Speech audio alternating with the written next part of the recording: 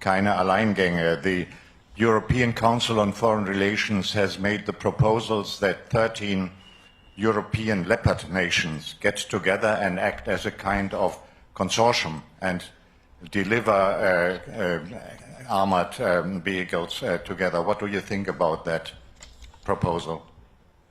So, NATO allies and partners have delivered armored vehicles, allies just at the meeting we had this week. I think it was Slovakia that announced that they were going to deliver more armored vehicles. And we have also delivered a lot of advanced weapon systems, and we see that this is making a huge difference on the battlefield every day.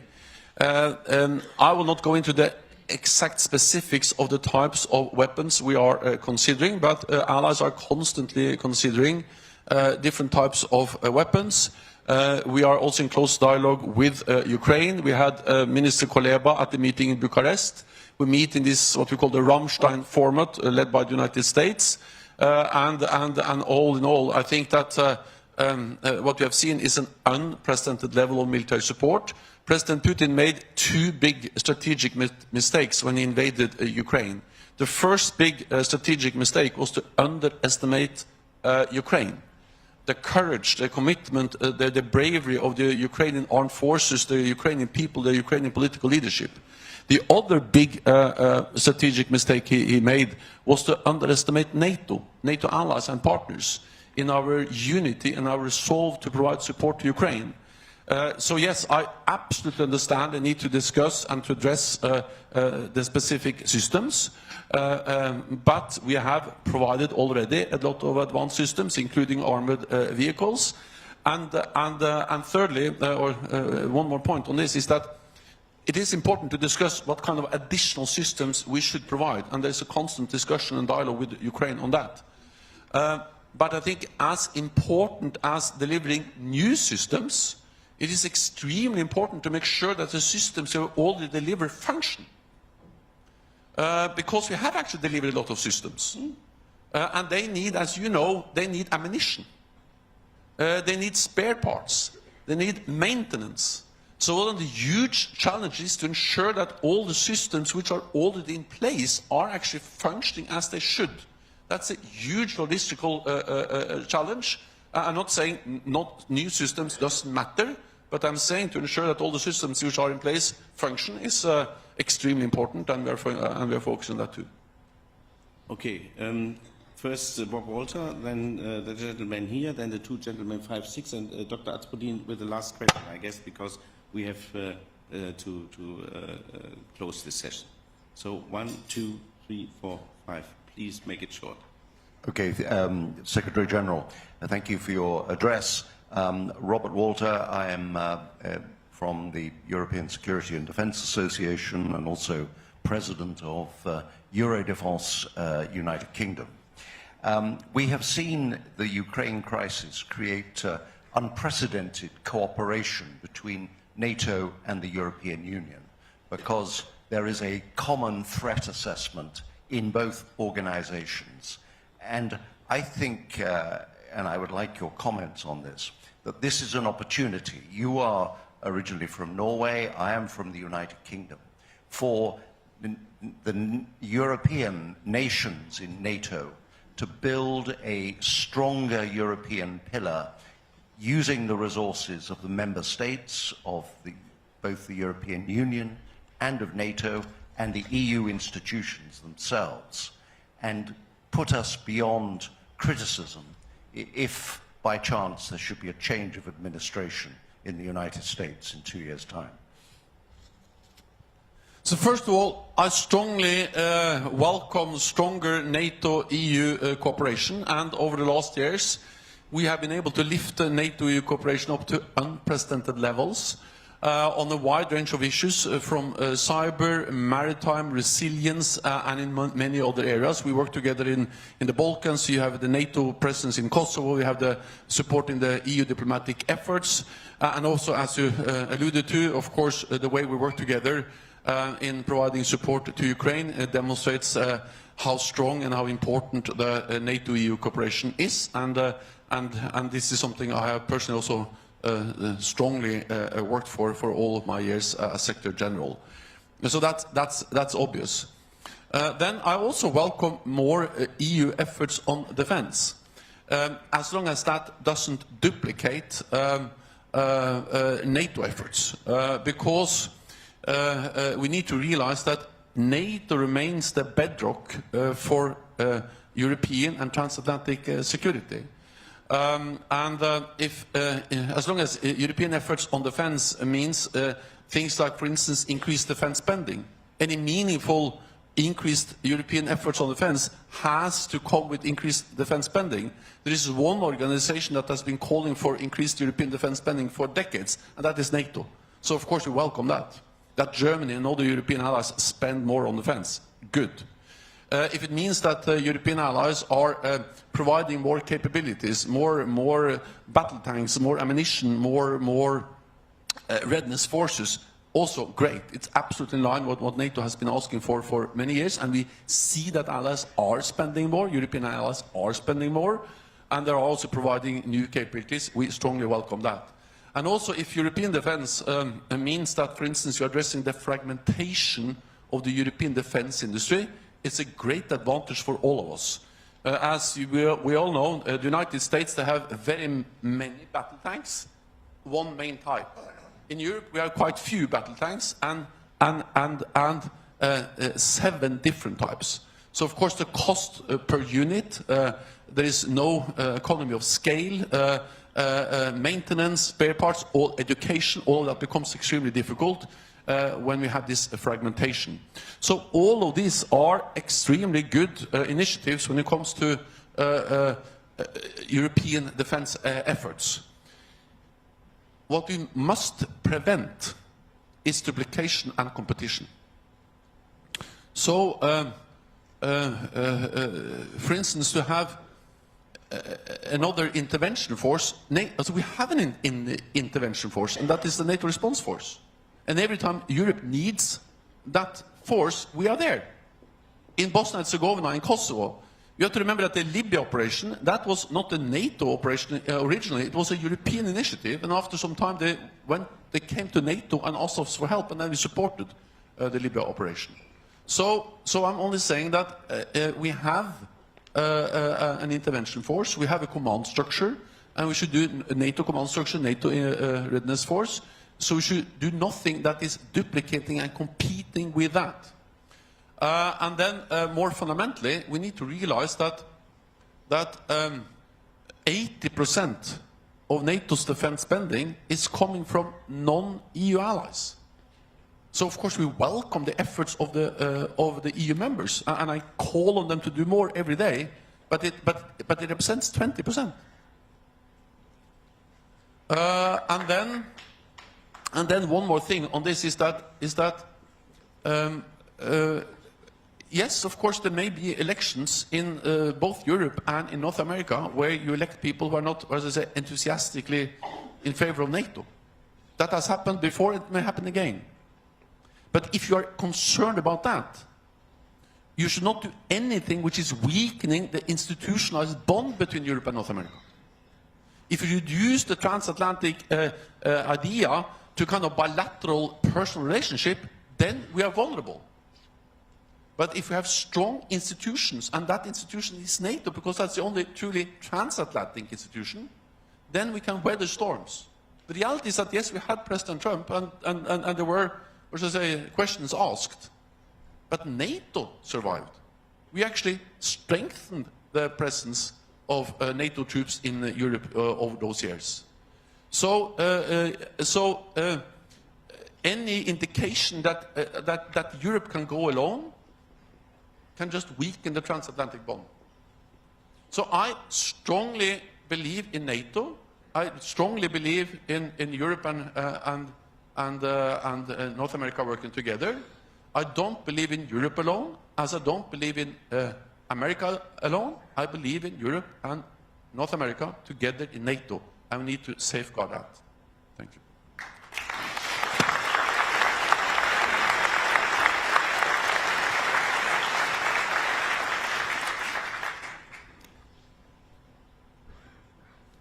Congratulations, sir, for your speech. I'm Colonel Liasites, from Defense Attaché from Republic of Cyprus. And from my country, we strongly support this cooperation with Europe for Ukraine.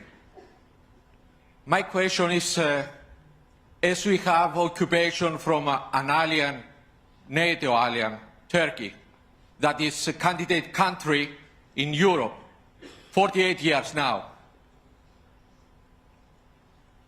Do you think that it's time to support Cyprus' problem for the reunification of Cyprus after 48 years? Thank you.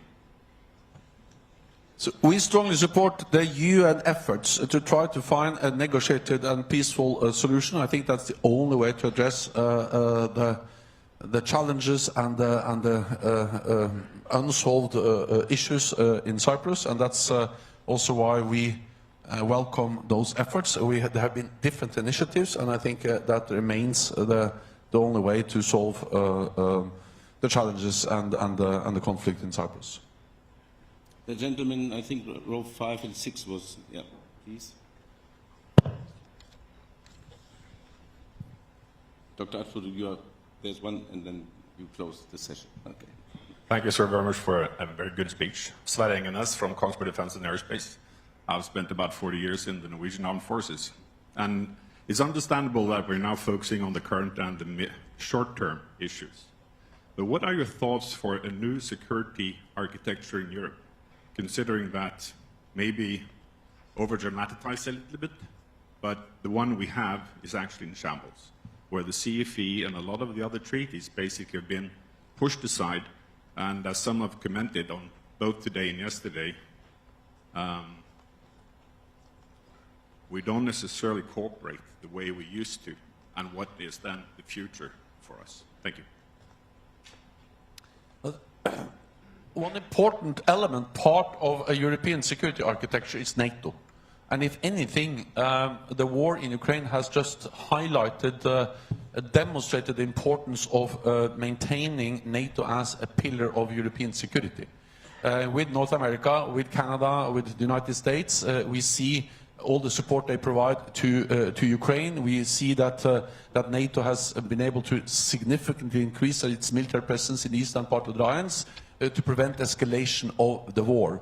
So I'm fully aware of that. NATO is not the whole European security architecture, because you have institutions as OSCE and so on, but an extremely important part of any meaningful European security architecture is NATO. And NATO is more vital, stronger, more agile than it's been for decades, because the war didn't start in February this year.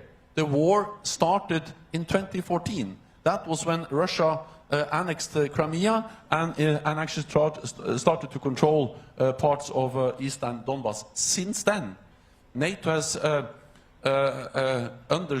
we have implemented the biggest reinforcement of our collective defense, the biggest adaptation of our alliance since the end of the Cold War, with battle groups in the eastern part of the alliance, with increased defense spending, with high readiness, and more U.S. North American presence. We have a US-led battle group in Poland. We have a Canadian-led battle group in Latvia. So we have more North America in Europe now than we have for many, many years.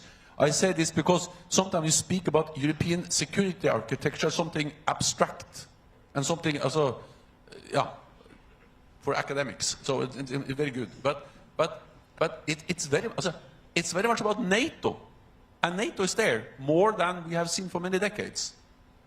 Then, of course, there are also other elements, and that includes not least Russia, how to relate to Russia. And that has been shattered by the war in Ukraine. For many years, NATO strived for a more constructive relationship with Russia, for dialogue with Russia. I was Prime Minister when President Putin and Medvedev attended NATO summits. I just came from Bucharest, as I told you, when I was there at the summit in 2008. President Putin was there. In Lisbon, Medvedev attended. That world doesn't exist anymore. because with the invasion of Ukraine, that whole idea of a meaningful dialogue with Russia is shattered. Also, it has been smashed, destroyed by Russia. At the same time, we need to maintain military lines of communications to prevent escalation, to prevent incidents. We saw the incident in Poland.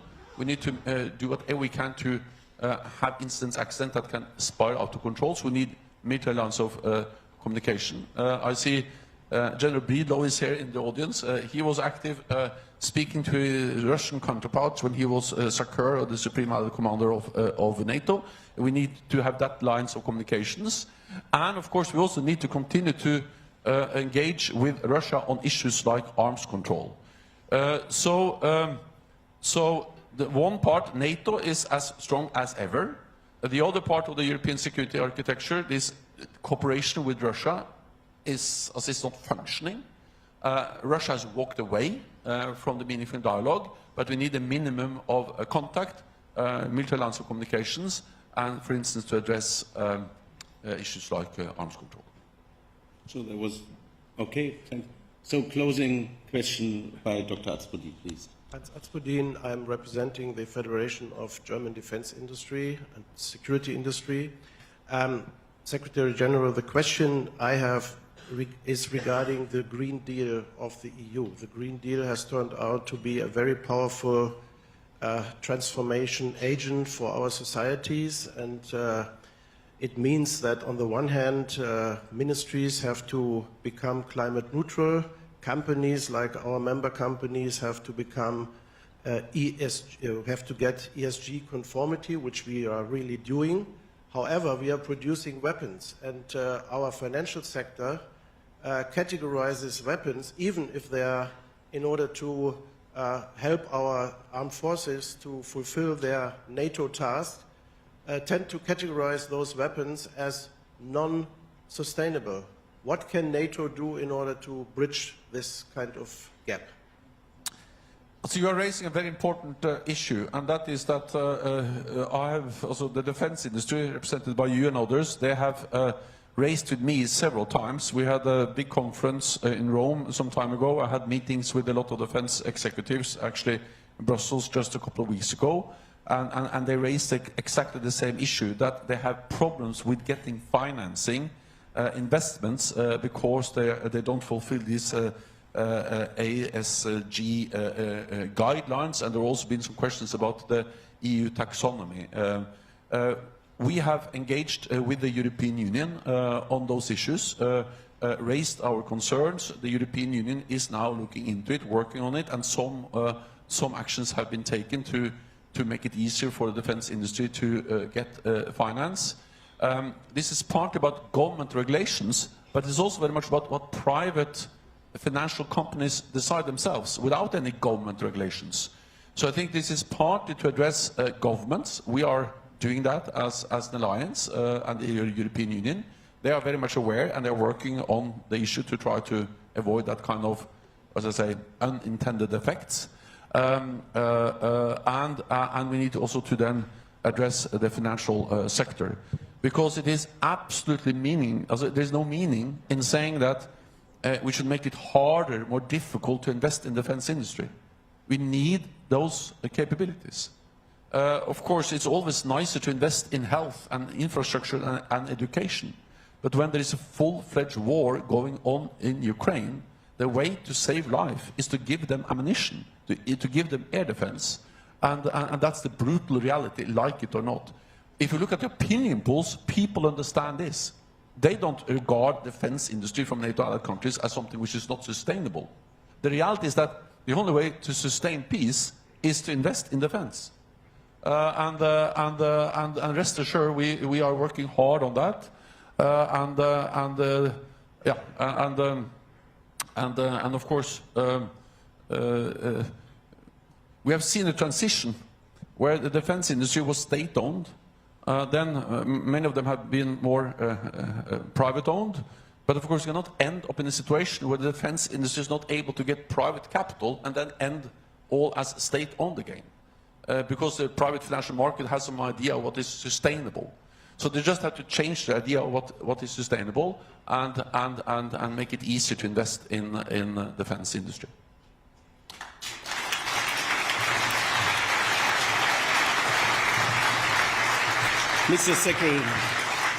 Mr. Secretary General, thank you very much indeed for your briefing and frank answers to the audience of the Berlin Security Conference, and we wish you good luck and Godspeed for the alliance driving forward and the cohesion of the alliance. Thank you very much indeed, sir.